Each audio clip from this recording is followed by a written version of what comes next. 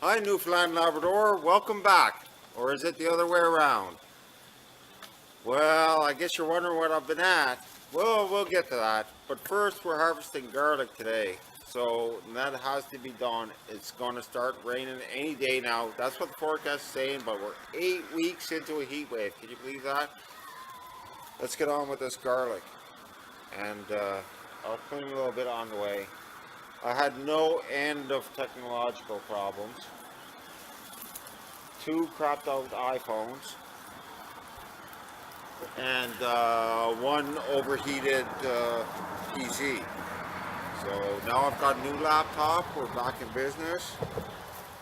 And I'll let you catch up. I'll make sure you catch up on what you missed over the summer. It's been hot.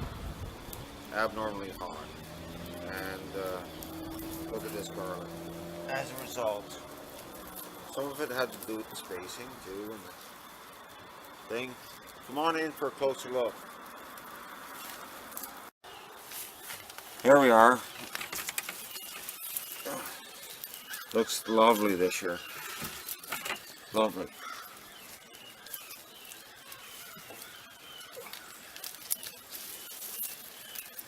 Mark is there harvesting, and I'm just giving it a light cleaning. We're going to bring it inside and hang it with some ventilation for probably 3 to 4 weeks before it gets split up, and we'll pick out the best of the best and put it back in the ground. Let's have a look at this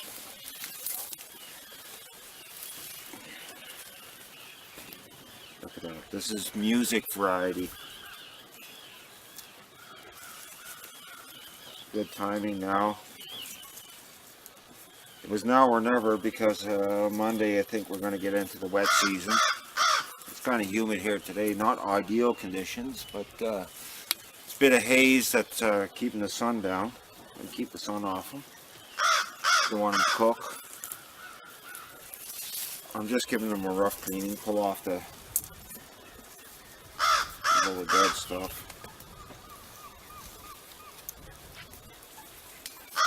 Call this the average size here.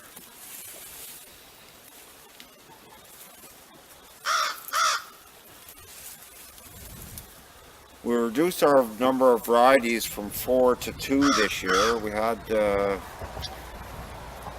Music, Bogatir, Siberian, and Legacy, and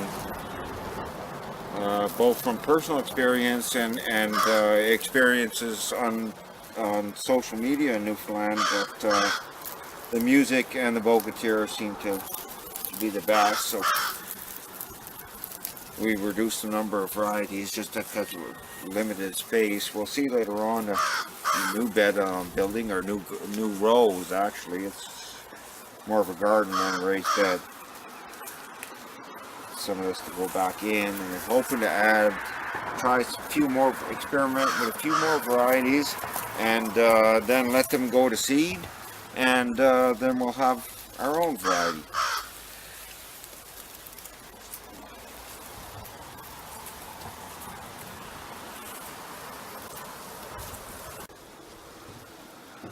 So we're just commenting on how much moisture our kelp, our mulch kept through the summer. This is all but a raised bed of garlic, and it was mulched over with a layer of bark mulch and a layer of kelp. And look at this kelp. This kelp is almost wet. There was no water added to this. We're nearing the end of an 8-week heat wave with, for all intents and purposes, 0 rain. Now the humidity's been high. We live on an island, but still, the grass all around is all dried up and burnt up, and there's no water added to this whatsoever in a raised bed. Almost wet. Color in that one. But the color, see that?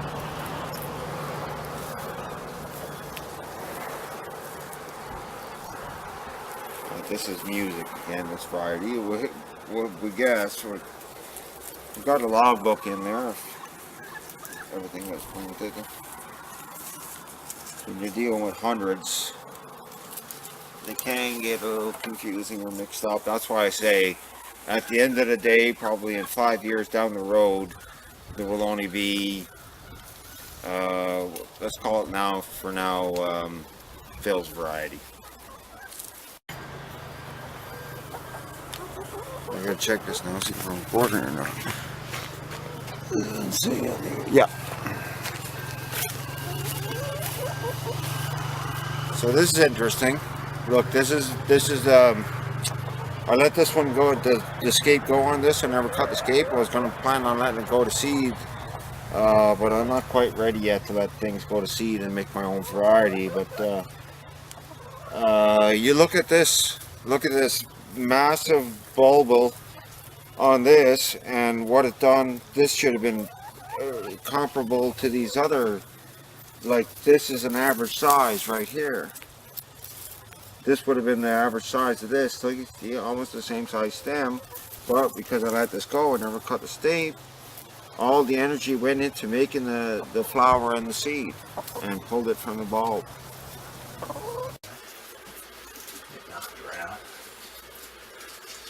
We're here hanging the garlic now to dry, probably about 3-4 weeks or something like that. Should be edible in a couple of weeks, should be dry enough. It's a little warm in this back room, back kitchen, pantry that we're using, but it's abnormal. This heat wave should have ended like 2 weeks ago for sure, and we should have been into what I call the non-drying season, and things that had to be indoors and covered and fans on them. We've got a fan going on this. I keep the fan going on low all winter to keep the circulation in here, and adjust the window to keep the circulation, to keep the to adjust the temperature to keep it cooler in here. We're not looking for anything great. We're looking for probably about between 50 and 60 Fahrenheit, and humidity anywhere from 40 to 60, maybe in between. Let's say 50. Let's shoot for 50 on the humidity.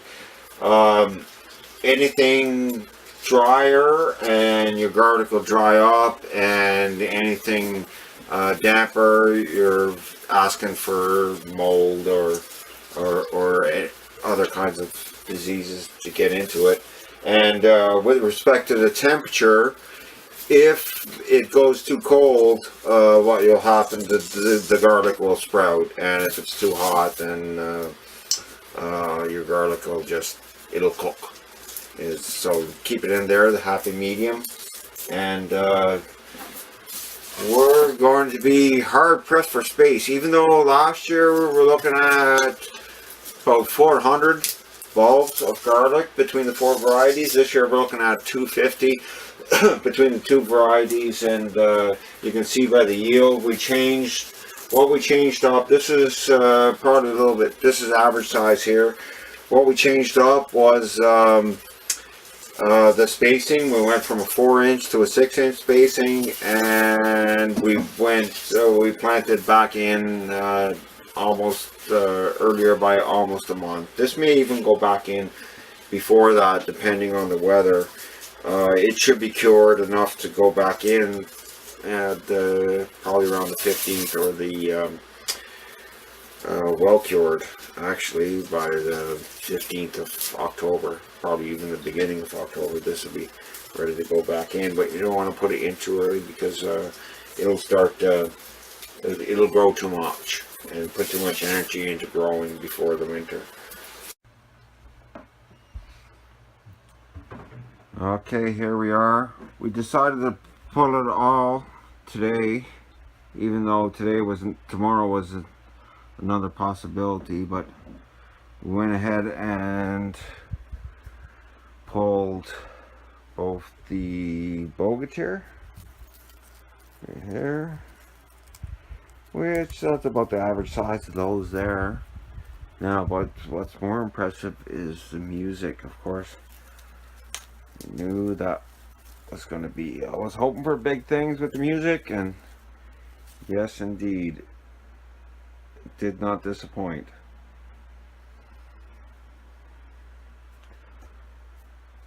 It looks like a bit of a jumble, but there's 97 music in here, and 190,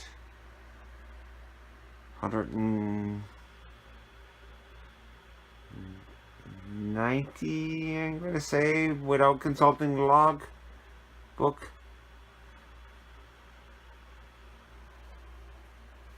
Yeah, this is really happy with this. This is going to stay in here now for at least 3 weeks. 3 weeks probably before we start eating any, but we reduce the variety, and at the same time we reduce the number, so there's a lot more percentage of this garlic has to go back in the ground. And this is a nice size bogatir here, and there's 1, 2, 3, 4, 5 cloves on that. So we didn't do well last year with all the varieties and stuff. We had a poor yield due to a late planting and bad spacing. And this year, the spacing and the earlier planting made a huge difference. You see that? This is the second year now in this room that I find it's working good. This room, we can control things better if it. Now, like I said, it's a little bit warm. It's going to be too warm, but this is abnormal. It should have been a lot cooler, a lot more seasonal. Today and tomorrow, I was hoping for cooler temperatures in here. It's a little bit warm in here right now. I've just got this window open, but once I clear out of here today, the light goes off and the fan will get moved over to on top of this deep freeze here, and then the blind will go down all the way to keep it as much UV out as possible.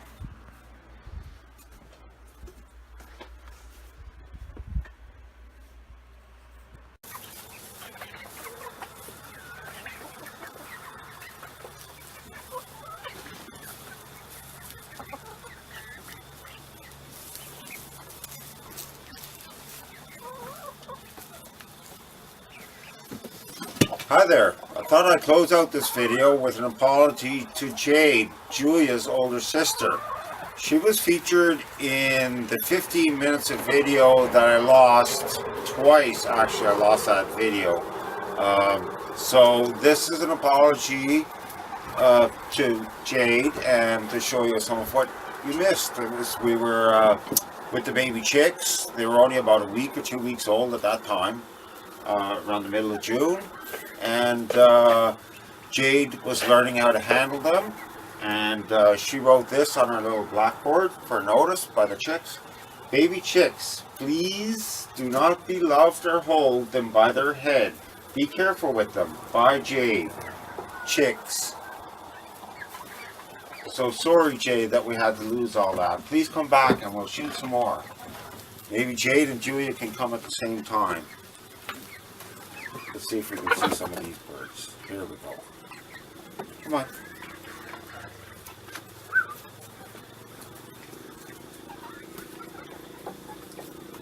Come on. Where you going? Where's Yellow? Come on.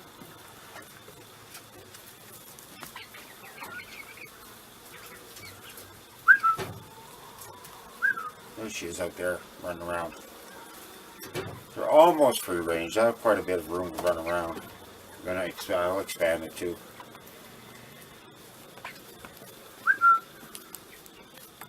Oh, they're coming in.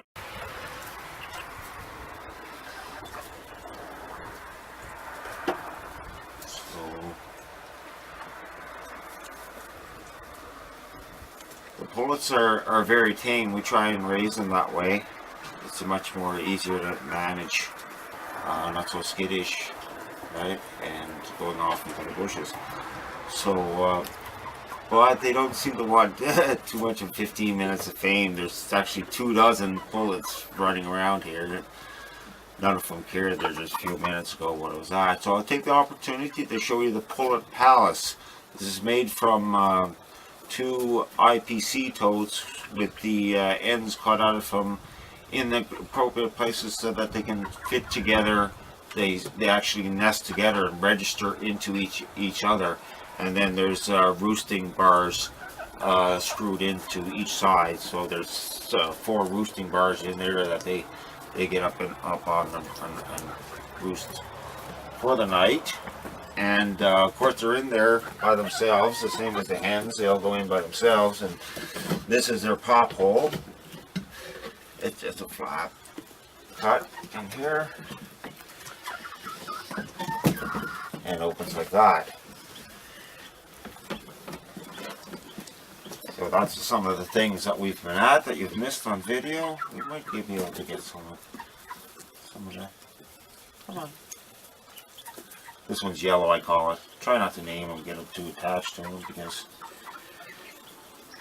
they're livestock, like pets. She'll come up. Come on. Oh! Oh! They have very sharp beaks at this age. Well, okay, make a liar of being yellow. She doesn't want to come up. All liars.